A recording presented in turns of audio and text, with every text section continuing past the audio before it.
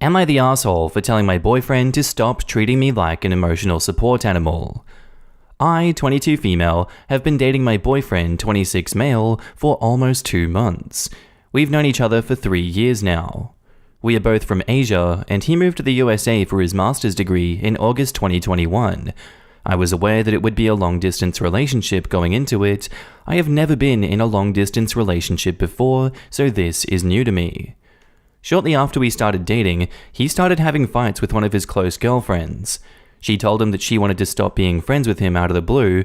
She had been through a bad breakup recently, and he had supported her through it. But her refusal to acknowledge him or their friendship was hard on him. He tried to talk to other people in the same circle. They grew tired of the repeated discussions and told him that they weren't interested in discussing the same thing over and over, and that he shouldn't take this to heart and leave her be. He's been depressed over this for about 1.5 months now. He's feeling lonely and feels that their friends chose her and abandoned him. All this while I have tried my best to support him and be there for him. I've tried to be positive and cheerful and tried to cheer him up. I have had endless discussions about the same thing with him. All of this exploded about 20 days ago.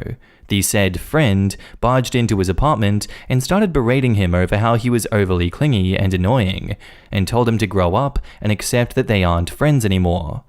Both sides said terrible things to each other, and other friends have chosen her and told him that he shouldn't have been so harsh considering she was already having a difficult time. He's taken a turn for the worse since then. We have 11-hour time difference. He wants me to stay up all night to talk to him because he's lonely. He wants me to stay on video calls with him while I work. I work 8 to 6, currently work from home as a software engineer, and I stayed up for a while, but told him that it's hampering my productivity at work. He's sad over me not talking to him all night. He wanted to have phone sex while I attend a call because it was thrilling. I said no. I want to focus on work.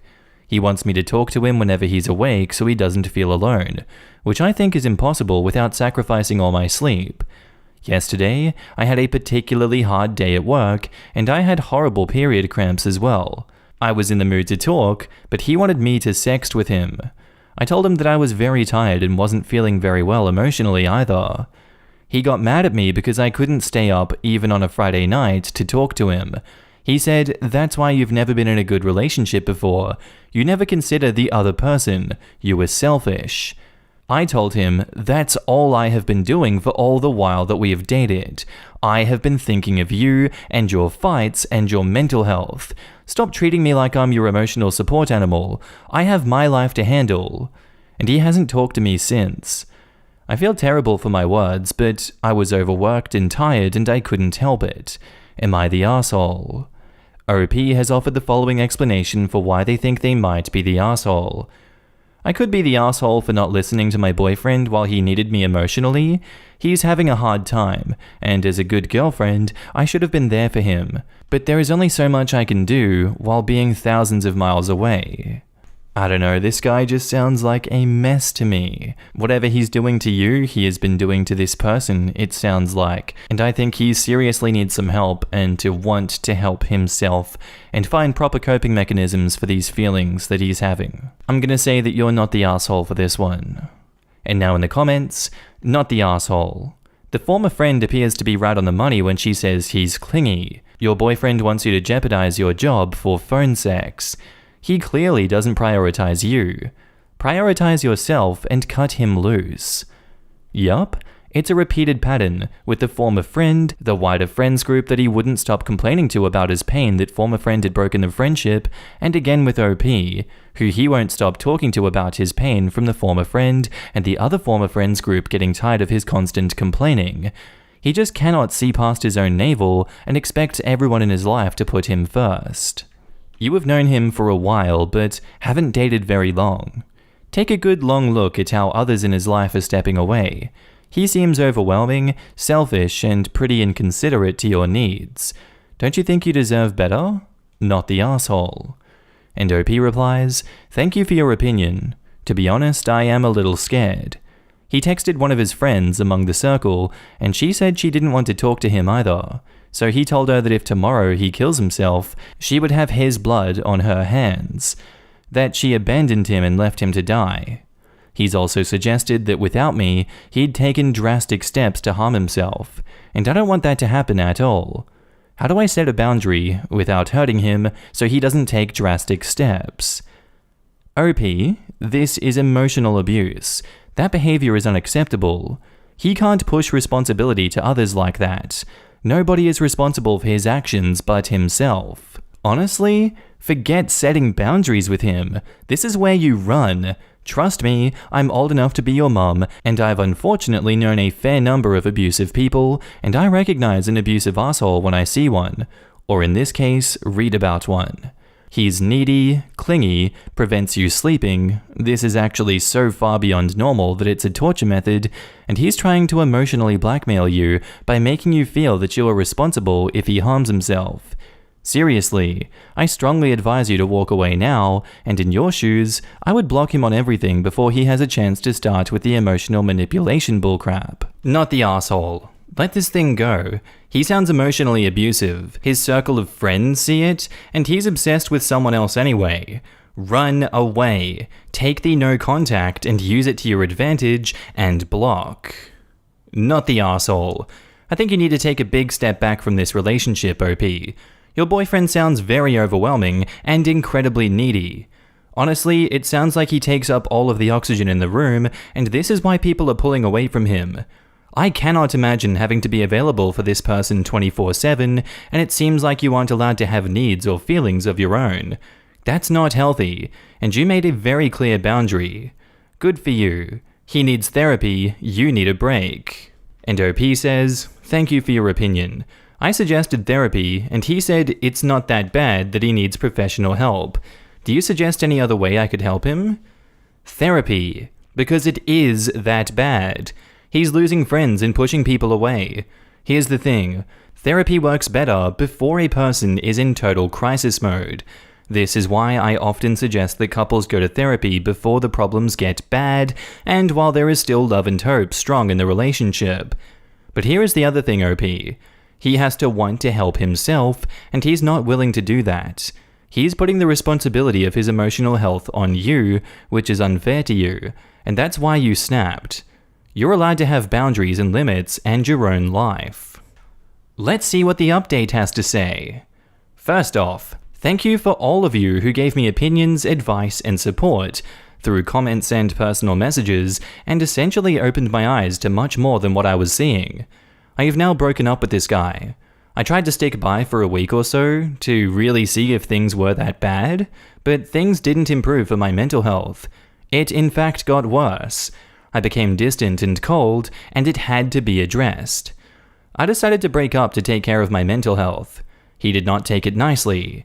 He asked me why I'm giving up on him, and I said I'm not, I'm just prioritizing myself. He also claimed that you were being selfish, why don't you think of me? When have I ever asked you to go out of your way and do something for me? Why am I treated like a burden? If you want less people, stop talking to XXXX, my best friend's name. And that was the last straw for me. I told him to stop because I didn't want things to turn ugly. I told him, let's not lose our respect for each other that much. I'm not going down to your level, and he hung up the call. So yeah, that's about it. Thanks all for your help. I appreciate it. And now in the comments, good for you. If X complains he now has no friends, you call to tell him that until he starts being a good friend, he won't have good friends.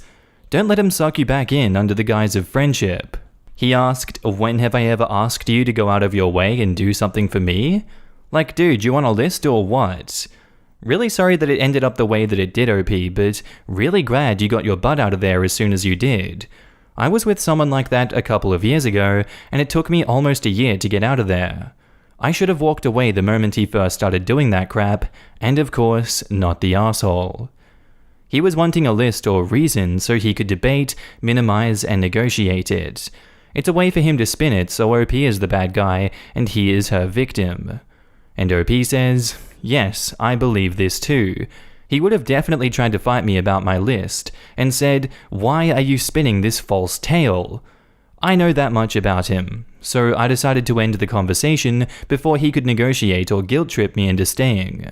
Not the asshole.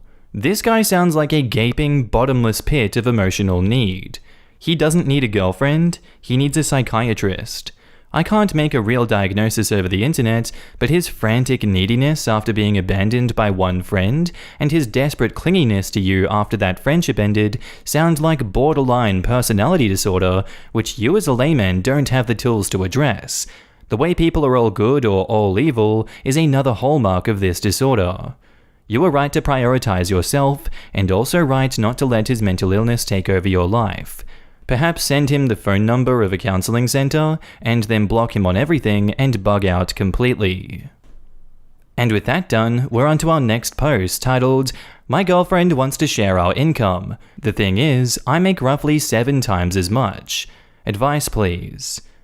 So here's the deal. Me and my girlfriend have been together for a little under 3 years, and have been living together for a few months. My girlfriend takes college classes and works part-time. I finished college 2 years ago, quickly got hired by the company I did my internship at, and within a year, I got a promotion and a large pay rise, and I am now making roughly $150K a year, while she makes $20K a year. She moved in with me a few months ago in the place that I bought, so I pay nearly all costs, mortgage, electricity, water, etc. The only things she pays herself are non-essentials like Spotify, phone bill, Netflix, and so forth. Recently, we got into a huge fight where she demanded that we pool our money together and spend what is left after essential costs together, whereas currently, I pay basically every essential and my own crap, use a bit to enjoy myself, and put the rest into my savings. She seems to be jealous that I got a lot more to spend, which is not really true, since after monthly costs, I put the majority in my savings account. In my eyes, she already gets an easy ride, and honestly, she's just crap with money that she does have. She spends it on crap like stupidly expensive clothes, and then complains she's broke at the end of the month. So what do? I hate to put money in the way of our relationship, but if I'm honest, I'm questioning my relationship, as there is no way that I'm going to let her essentially spend my salary on stupid crap. Whoa, marky relationship advice when I've not been in a relationship for God knows how long. This strikes me as something that needs a third-party intermediary to really get both of you guys on the same level here. Personally, I am on your side in this situation, and I don't think that it would be fair to share the costs when there's such a disparity between the two of you. In this case, I think she needs more education on how to be frugal and save your money and not give in to just spending when you feel like it, which will be a gateway into understanding you and why you're frustrated in this situation because you feel as though she's not on your level when it comes to finances. For a lot of people, these issues are make or break, I believe, and I don't think you're wrong for wanting to find a way around this. And as you say at the end there, you hate to put money in the way of your relationship, you're questioning your relationship, and I don't think that there are ways around this if the other person isn't willing to work with you. Now, down to some comments. She wants to spend the rest? 60K? Dude. Girlfriend, there is no way I'm going to pool money with you because you're not responsible with your own money, let alone with mine.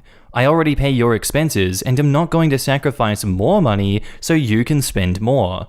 Financial responsibility is important to me, and I hope you start making it important to you as well. I think that if you can't trust her to spend your money responsibly, you can't marry her, at which point I'm not sure that you should be dating her. Like, at some point in a relationship, things merge. You move in together, you start to share finances, housework, child responsibilities if you have them, and if you don't think that you can share that kind of stuff, it's probably not the right relationship. I make more than my girlfriend, but we still have a shared bank account, and I can trust that she's going to be frugal because she knows how I feel about wasting money. If that's the kind of thing that matters to you, you have to find someone that it matters to. I will say, it doesn't have to merge that way. Some people are just bad with money, and some are particularly good with it, and some couples are both good but disagree about certain things. I've got a finance degree, so I'd be fine taking my partner's money and managing it. I'd feel much less comfortable with them managing mine, even if they aren't bad at it. Couples don't have to completely merge accounts to have a functional relationship. You can have accounts that you share that bills are paid out of, and individual accounts that you don't share. No. And for heaven's sake, make her sign a prenup. It's for your protection and for hers. And OP says, not nearly at the level of marriage yet, so no worries there. If you are not near the level of marriage being a real possibility, then there is no reason to pool income. Even after marriage, she's not entitled to your money. The fact that you pay all necessary expenses is much better than the dynamic in some relationships. Although after 3 years, if you don't seriously consider this relationship moving towards marriage, then you may want to really evaluate the relationship as a whole. And OP says, marriage is simply not an option in my mind until I reach the period in my life where I want children and I am sure I can properly provide for said children presently and in the future. I am a bit of a planner type, I suppose. I don't want to jump into marriage, have a bunch of kids, and then not be able to fully provide for them. Dude, when you have kids and are making $100K plus a year, what you'd be worried about is sleep, not money. Back up to the post, we have an edit. So, there are so many comments, I'm having a hard time keeping up with it. If I don't respond, know that I'm trying to at least read your comment, but currently, when I read and respond to one comment, I get 10 more. I just want to thank everyone for their responses, from the ones who yell gold digger to the ones who take a middle ground approach. Even those who yell about men go their own way or something, and those who are of the opinion that I need to give her all my money because of a pink tax or something, all advice is appreciated and gives me an extra light to view this in. I had not expected my post to blow up like this though. Alright, and now onto the update. So I figured since the post sort of blew up 3 weeks ago and people requested me make an update to tell them what I ended up doing, here goes. In the shortest way possible, I ended up breaking up with her. I realized in part, thanks to some good advice I had gotten, there was more that was bothering me other than the financial part. The thing is, when thinking to myself in the next few days, I felt myself combing over every little detail of our relationship, and quickly I realized I was putting in way more than what I got back. No, I'm not saying I am some perfect saint, but I do think that I deserve someone who appreciates what I already do, especially when what I already do so vastly outweighs what she did in our relationship. Also, a big one was the apparent maturity gap between the two of us, which I overlooked with my rose-tinted in-love glasses. Whereas I have changed as a person from who I was when we started dating, she's still pretty much the same identical person, and without trying to badmouth her, that's a person you can be without any issues when you're between 15 and 20, not when you're in a committed relationship, thinking about having kids at some point, managing your own finances, and planning for the future. And that brings me to the largest issue here, planning. I am a planner. I look out for the future. I'm not opposed to wasting some money to do fun stuff while I'm young, but I don't want to risk ending up broke and unhappy when I'm older because I refuse to get serious in my youth. And this is where our personal views seem to clash to an extent where the good no longer outweighs the bad. She constantly lives in the moment, spends what she can spend, and is sort of used to an easy ride, where the biggest things she ever has to worry about are her grades.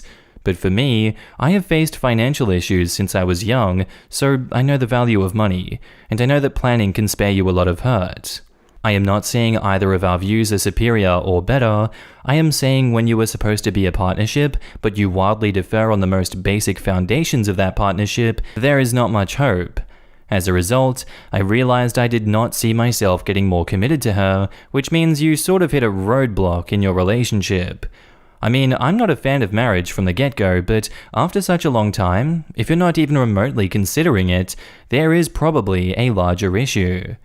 This argument about finances brought up a whole load of other issues for me, and honestly, I sort of started to dread what, in my mind, looked like me being expected to fund a lifestyle that I, from the ground up, do not agree with. I realized I was losing my own self-worth by accepting this sort of stuff, and I realized that the fact that we had an argument about my money and her demanding to spend half of it made me feel like a glorified ATM. Now, the breakup was really messy, and her dad was a rock during the entire thing. He calmed the situation down a lot despite him really hating what was happening, but I think he understood. I can't say I'm not gutted about all of this. After all, this is someone that I was with for roughly 3 years, and getting used to not having her or her family, who I was really close to, is difficult. But in the end, after the initial dust settled, I sort of feel liberated and a lot happier than I did a few weeks ago. I wish her nothing but the best in the future, and I know it has to be without me. As for me, I sort of feel like I get to start over. Hopefully find someone a lot more suited to me in the future, but I won't be actively looking for. As for me, honestly, being single after such a long time in a relationship feels nice. I get to focus what little free time I have on myself, which is something I've not been able to do for a long time. I get to indulge in my hobbies properly, and so forth. Anyhow, I want to thank everyone for their advice, and if I was rude to anyone, I'm sorry, but at the time, I was in a shitty emotional position. But I am doing a lot better now.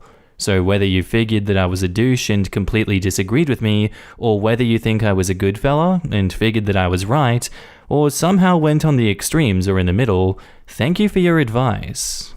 And now in the comments, I would also like to share incomes with you. And OP says, "Ha, you and many others, I think, given the private chats I got."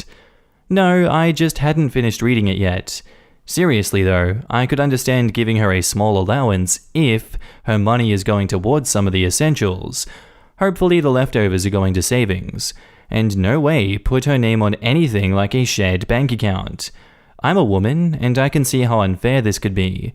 I can see maybe after you're married sharing some extra money, but good lord, she doesn't need access to everything left over. And OP says, yeah, I mean, I was not opposed to being the breadwinner in the future, but just to spend it? Nope. I'm glad to read this update. You seem smart and kind, but without being a pushover. You'll be fine and will find someone with the same goals as you. Good luck. And OP says, thanks. I was a bit of a pushover though. I'm just glad that I realized it so I can work on it. OP did the right thing. He was already paying for almost everything, and it's pretty clear that she felt entitled to his money. She has a lot of maturing to do. I can't imagine having such an expectation pre-marriage and babies. And OP is very, very lucky to have escaped before any accidents happened in relation to birth control. It's kinda crazy to think about how much maturity levels can differ in just a 3-year age gap. But adulthood really does smack you that hard in the face after you graduate college. I'm sure in 3 years, OP's girlfriend will have a very different approach to money and spending once she's out of school and in the real world too. That is why I always shake my head about all these marriages between people in their early 20s that I read about on r/AmITheArsehole and relationship advice. That's too young to make this serious a commitment to someone. Everyone that I know that got married around that age are all divorced and on their second marriages. Of course, it does work out for some people, I just don't know any. She didn't have to pay any bills, except for stuff like Spotify and phone. She essentially already had over $1,000 a month of free spending money from her own $20K a year job. That's quite a lot, right? I don't know the value of $1/living expenses, but $1,000 would be around 900 euros, which is quite a lot to have as monthly pocket money with no other obligations. There's no point to this comment, I'm just boggling at people having that amount of spending money and thinking they need more. I thought the same thing. That girl had a great deal. Minimum expenses and got to keep virtually her entire income as spending money. That's fantastic. If I was her, I would have been playing trophy wife hard. And that's where I'm going to leave you guys today. I do hope you enjoyed the episode. If you did, obviously let me know what you thought of it, and I'll see you in the next episode. Bye!